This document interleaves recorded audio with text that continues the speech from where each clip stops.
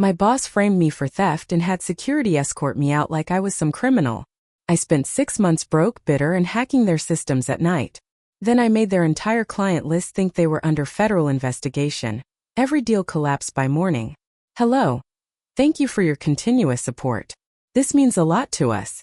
If you enjoy the stories we share, kindly subscribe to this channel. It will be great if you can leave a comment on which city you are watching from. We might just give you a shout out in our next story. Today's special shout out goes to Naomi Alley from Ontario. We are glad you enjoy our stories. Now let's go deeper into the story. I knew something was wrong the moment Marcus called me into conference room B. Not because of how he said it. His tone was the same sterile measured pitch he used whether he was approving a budget or canceling someone's health insurance, but because he didn't look at me when he said it. He stared at his phone, thumb hovering just above the screen like he was texting someone, though the screen was dark. Just 10 minutes, he muttered. Need you on some numbers. I'd been doing this long enough to recognize when someone was avoiding eye contact on purpose. It wasn't about spreadsheets. Something else was waiting in that room. Something I didn't want to walk into but did anyway. I sat across from him, feeling the tension coil between my shoulder blades as he shut the glass door behind me. The blinds were already drawn. That's when I noticed the folder on the table, thick manila clasped. He didn't open it at first. Just looked at me with the faint performative regret of someone who's already made their decision, but wants credit for pretending it hurts. There's been a discrepancy, he said finally. In the department budget. Funds moved without proper documentation. Payments authorized under your login credentials. I let out a single confused breath. Not even a laugh. Just a short exhale that felt like dropping a glass. What are you talking about? He opened the folder then, sliding the first page toward me. My name was there, typed cleanly at the top, right beside an internal memo I'd never written. I reached for the paper, scanning the words, trying to keep my voice even. The transactions were ones I recognized, vendor codes I'd seen. But the authorizations were fabricated, dated during days I was in back-to-back meetings, with approval stamps that didn't match my digital signature. This isn't mine, I said quietly. He tilted his head like a disappointed father trying to offer grace, and I hated him for it. Elena, this doesn't have to escalate. He leaned in. If you cooperate, we can avoid a public HR case. I froze. My ears rang. The air felt thinner. Cooperate? With what? My own execution. He was setting the stage not just to terminate me, but to erase me, to make the story of my exit clean and contained. A paper trail that would stick long after I was gone. And he wanted me to help write it. I stood up too quickly and felt my chair scrape loud against the floor. A sound that made both of us flinch. I've never touched that money, I said. You know that. He didn't answer. Instead, he reached for the small black remote on the table and pressed it. A moment later, the door opened, and 2 members of building security stepped inside. Not HR. Not legal. Security. Like I was a threat. Like I was about to throw a chair or steal a hard drive. My mind screamed, but my body didn't move. One of them, a woman I'd nodded to in the elevator 100 times, had the decency to look away. The other kept his hand near his hip. No weapon, just the silent language of authority.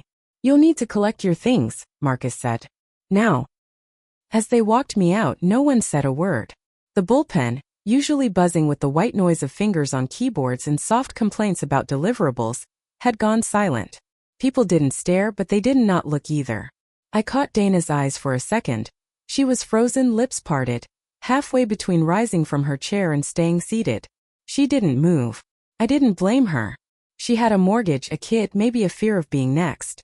But the silence hurt more than the accusation. I wanted someone, anyone, to say, "This isn't right." Instead, the moment passed like a held breath. I was escorted through the glass doors with nothing but my bag, a company coffee mug, and a rusted key to a desk I'd never sit at again. When the doors shut behind me and the guards turned back inside, I just stood there, blinking in the late afternoon sun. I wasn't crying. That would come later, Messier, when no one could see. In that moment, all I felt was erased. Not fired. Not punished. Just removed. Like a line in a spreadsheet someone decided to delete, not realizing that cell was connected to dozens of others. And somewhere in that broken chain, the The truth was still pulsing, small, stubborn, and buried. I didn't know yet what Marcus had forged, who had helped him, or why he'd chosen me. But I knew this: he'd made one critical error. He hadn't just gotten rid of me. He'd underestimated what a silent woman with nothing left might do in the dark. The first 3 weeks passed in a blur of rejection emails and panic. I stopped checking my voicemail after the third message from my landlord.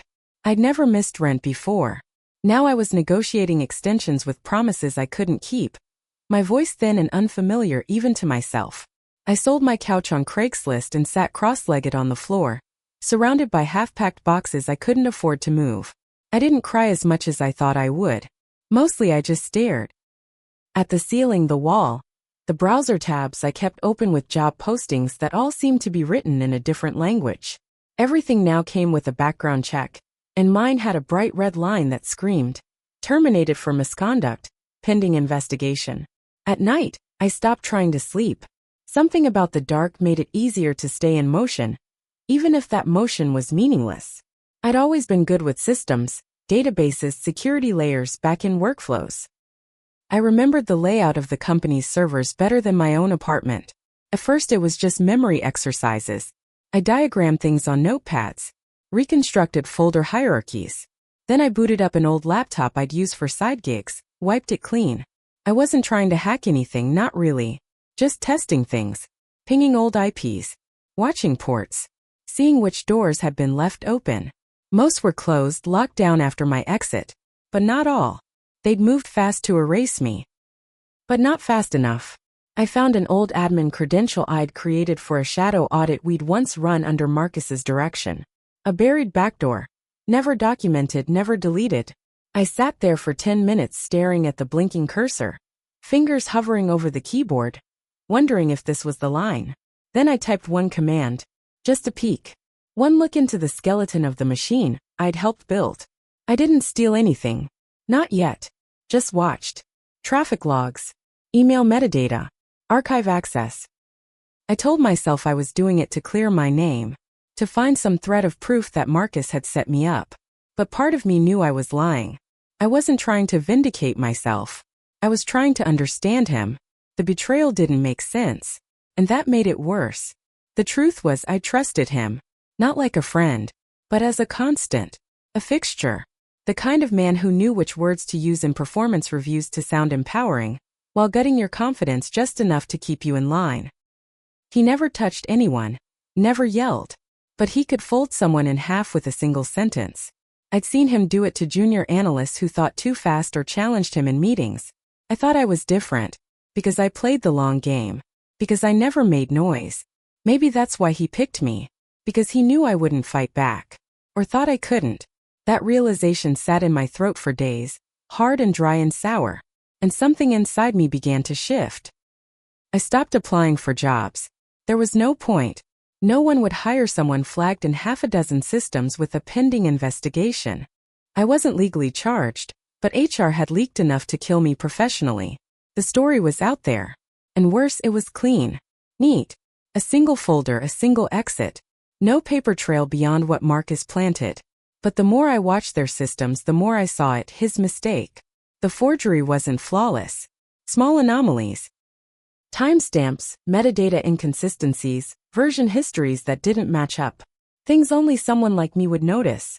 He'd forged the documents, but not the file creation logs. And no one else was looking. No one else could see the cracks forming beneath his careful narrative.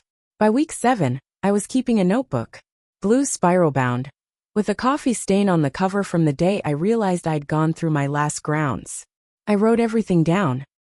Log entries, message headers, internal meeting summaries pulled from archived Outlook calendars. I mapped connections between clients and payment structures. It was a mess, but it was mine. The first thing I'd built since losing everything. I told myself I was still just collecting, observing, but I'd stopped being neutral. Somewhere between the lies and the silence, I stopped wanting to clear my name. I started wanting to take something back. Not for revenge. Not yet. Just to see if I could make him flinch. Just to know he wasn't untouchable. The line between survival and strategy blurred slowly. I kept the curtains closed. I wore the same hoodie for days. My phone stayed off unless I needed Wi-Fi. Dana texted once. I didn't know what to do. I'm sorry. I didn't respond. Not because I hated her, but because I wasn't ready to hear someone else's guilt. Not when mine was still echoing too loud. I'd been silent when others were thrown under the bus. I'd rationalized it. Told myself it was politics, not war. Now I knew better.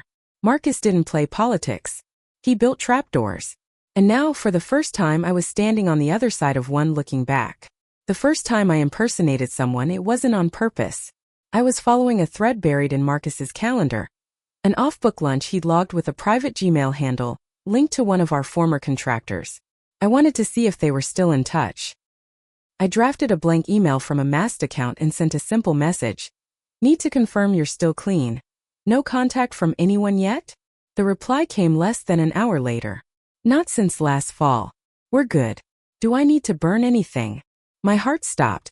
Not because I'd uncovered something illegal, at least not yet, but because I'd hit a nerve I didn't know was exposed. Someone was still afraid. Someone believed Marcus might be watched. And that fear was currency. I stared at the screen for a long time before I typed a single word back. Yes. It wasn't revenge yet. Not exactly. It was reconnaissance. Testing the edges of his empire. Seeing where the stress points were. He wasn't just a manager with control issues. He was running something off books, funnel accounts, retainer-based consulting with shell corporations, client firms with overlapping EINs and phantom contracts. Nothing provable, not yet. But if you knew what to look for, and I did. It read like a handbook for quiet corruption. And every time I traced a thread, it led to a familiar signature. Marcus's digital footprint. He was smarter than most. He never used the same name twice. But he left behind patterns, metadata alignments, exact timestamp formats, a habit of renaming PDFs with lowercase dates and no underscores. Tiny tells. I began building a tree. A digital family of aliases, transactions, time zones. And at the root of it all was the same man who smiled when he fired me. I stopped living in real time. Days became nights. Nights bled into something else. I ate when I remembered. Slept only when my eyes blurred too badly to read logs. I wrote everything in the blue notebook. Now half full, its spiral bent, edges torn from too many flips. I kept it beside my laptop like a Bible. In it were code names, call signs, IP pings, passphrase, and one page marked simply, cracks. That's where I listed the inconsistencies in Marcus's forgery. The file dates, the unassigned tracking ID, the shadow change history that proved someone had overridden the original document's permissions the night before my termination. I wasn't just documenting evidence. I was rehearsing, because eventually I wouldn't just need to prove what he did. I'd need to make someone else believe it, without ever revealing my hand. The clients came next. I picked the top 3 from memory. Clients Marcus always bragged about. The ones he took to lunch and sent overpriced scotch to during holidays.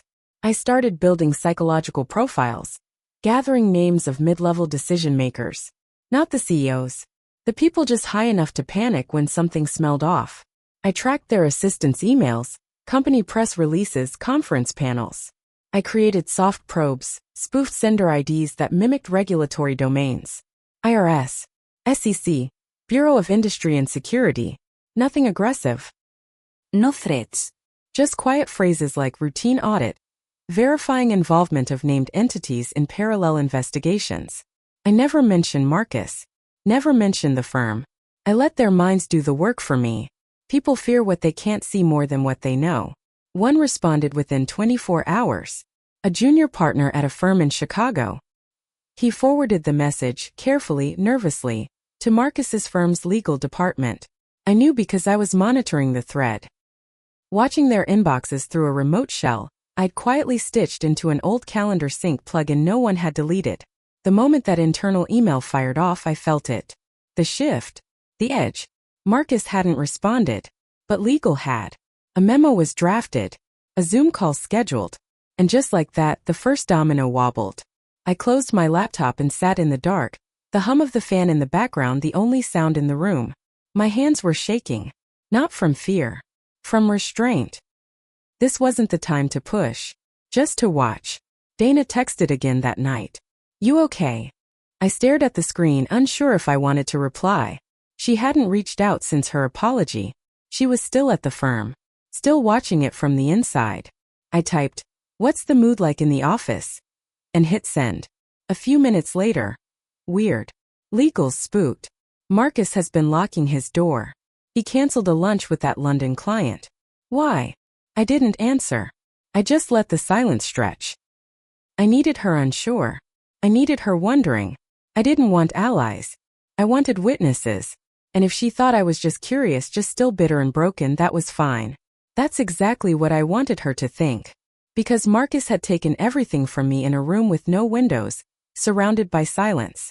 But now I had something he didn't: narrative control. If he tried to defend himself, he'd have to name shadows. And the moment you name a shadow, it stops being one. You can't deny what hasn't been clearly defined. That was the beauty of fear. It didn't require proof, just possibility. And I had just begun to feed that possibility, one cautious, quiet, federally flavored whisper at a time. By the time the fourth client withdrew their contract, I knew Marcus had begun to sweat. He didn't show it publicly. His emails were still the same clipped, confident tone. His calendar still booked with one-on-ones and strategy calls. But I could hear it in the metadata. Emails sent at 2:17 a.m., drafts never completed, last-minute calendar deletions, unscheduled Zoom links appearing and disappearing. You can learn a lot about a man by the way he tries to cover his own tracks. And Marcus was starting to move like a man surrounded, even though no one had said his name aloud yet. That was the point. He wasn't under investigation. He just felt like he was. And in corporate America, feeling unsafe is often more damning than guilt itself. I didn't celebrate. I didn't even smile. The collapse had to feel organic, like a tumor growing from the inside. If I pushed too hard, it would look staged. So I kept feeding the story through misdirection. Each email was different. Different domain. Different phrasing. Some came from confidential auditors. Some from preliminary government inquiries. All vague enough to be dismissed, but never ignored. I watched the clients spiral into CYA mode, pulling out of deals, requesting indemnity clauses, escalating due diligence with firms that had never required it before. I didn't need them to accuse Marcus. I just needed them to hesitate. Once doubt entered a contract negotiation, the money always followed it out the door. Then something shifted. Marcus called Dana into his office for a closed-door meeting. She stayed in there 48 minutes. I knew because I was watching the building's occupancy log through the digital keycard timestamps. When she left, she didn't go back to her desk. She walked out of the building. No goodbye. No explanation. Just gone. That night she emailed me. "I know you're doing something. I'm not mad. Just tell me it's you. Please." I read the message 5 times. I didn't respond. Not because she didn't deserve the truth, but because she didn't need it. She wasn't my target. She was just collateral. And she'd made her choice 6 months ago when she stayed silent. Her guilt wasn't my responsibility. A week later, internal emails started disappearing. I watched them go, entire threads redacted or flagged for deletion. Marcus was trying to sanitize. A digital purge. But I'd already copied everything. My archive was deeper than his. Every erase file only made my version more valuable. He didn't know where the leak was. He couldn't say my name. Couldn't prove I was behind anything. That was the brilliance of it. I'd become a ghost in a system I used to serve. A shadow born from silence. Every move he made to clean his mess only confirmed that the mess existed. And others were starting to notice. I sent a single email to a board member's executive assistant. Nothing dramatic. Just a flagged document showing a payout chain routed through an anonymous LLC. No acquiescen. Just a subject line. Was this approved internally? That was all it took. Within 72 hours, an emergency meeting was called. Not public. Not even listed on the board calendar. But I saw it. I felt it. Marcus had stopped issuing memos. Stopped using email for sensitive conversations. He was relying on voice calls now. Real ones. Landlines. Like he was suddenly back in the 1990s. But even landlines have voicemail. One night, just after 3 a.m., I received an alert. A company-wide security reset was issued. Passwords. Permissions. Everything wiped. He was trying to flush me out. A digital exorcism. But it was too late. I was already out of the system. The damage wasn't coming from inside anymore. It was coming from them. The clients. The legal team. The board. Everyone who thought something was wrong, but couldn't name it. Everyone who'd seen the pattern and started backing away, afraid to be caught in whatever invisible net Marcus was tangled in. He must have known then. Must have sat at his desk, staring at the blinking cursor of some half-written email, wondering who was left to trust. Because he sent one message that night. Not to legal. Not to the board. To me. Or rather, to the last email address I'd used to pose as a regulatory auditor. I don't know who you are. But I know what you're doing. Stop now, or this ends badly for both of us. I stared at it for a long time. He was bluffing. He didn't know it was me. But something about the word both struck me. He wasn't threatening me. He was warning me. A man like Marcus doesn't try to protect others. Unless he's afraid the truth might take him down with someone else. I deleted the email. Then I went back to my archive and pulled out the oldest file I had. The original forged document used to frame me. I layered it against Marcus's access logs, metadata stamps, and the internal memo chain showing that the approval came from a meeting that never actually happened. I bundled it into a single silent payload. And I waited. The final move wasn't mine to make. It was theirs. The board meeting was scheduled for 10:30 a.m. Tuesday. I wasn't invited. I wasn't even on the company's radar anymore. Technically, legally, digitally, I no longer existed. But I watched the meeting unfold in silence through a blurred audio relay patched from a misconfigured internal Zoom plugin no one had remembered to disable. No camera feed. Just voices. Just the sound of Marcus unraveling, one calmly phrased question at a time. Can you explain the LLC? Who signed off on this vendor routing? Why did the IRS send a preliminary inquiry if everything was compliant? He answered like a man trying to manage a fire with his bare hands. Short clipped phrases. Denials without anger. It was the absence of emotion that betrayed him. He was saving himself, not the company. At one point, a woman I didn't recognize spoke. Her voice was precise, sharp like the edge of a glass door. There's also the matter of the terminated employee, Elena Ward. These transactions surfaced 2 weeks after her dismissal. If she was responsible, how did they continue after she left? Silence. A small, dense pause that said more than any defense Marcus could offer. He tried. I heard him stammer something about backdated entries, administrative lag. But his voice cracked just slightly. Just enough. It was over. Not officially. Not in legal terms. But in corporate ones. The moment a man like Marcus loses credibility, he loses his gravity. The board doesn't scream. It withdraws. Quietly, efficiently. Like oxygen leaving a room. I leaned back in my chair and listened to them make their final polite exits. We'll review. Let's regroup Friday. In the meantime, I'd advise you to retain independent counsel. That last one came from a lawyer I remembered, Hughes.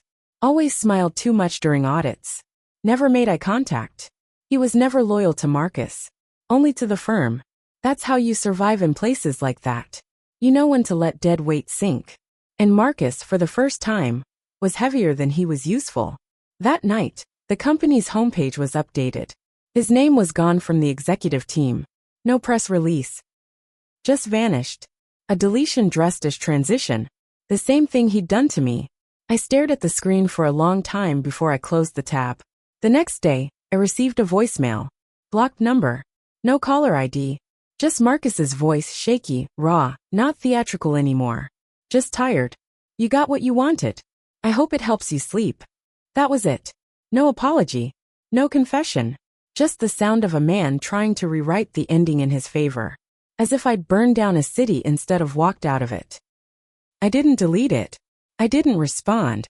I let it live in my inbox like a scar I could point to if I ever forgot what silence can do when it sharpens itself long enough. A week later, the files I'd compiled, the forged document, the tampered timestamps, the internal email trails, were sent to an investigative journalist who owed me a favor. No signature. No fingerprints. Just a breadcrumb trail too clean to ignore. The story broke quietly, buried on page 6 of a business section. Private equity executive under internal review after whistleblower leak. No names, just insinuations. But everyone in the industry would know. No one wants to partner with uncertainty. Deals dried up. Clients ghosted. The firm restructured. I wasn't trying to destroy it. I just wanted it to bleed until it remembered what it had done to me. Dana emailed again. He's gone. It's chaos in the office. Nobody knows what really happened. Was it you? I didn't reply. I didn't need to. She didn't ask because she wanted answers. She asked because she wanted permission to move on, to forgive herself, to pretend it was justice, not vengeance. But it wasn't. I didn't get my job back. My name wasn't cleared in any public sense. There were no reparations. Just the sound of the machine breaking where no one could see. One night I opened the blue notebook for the last time.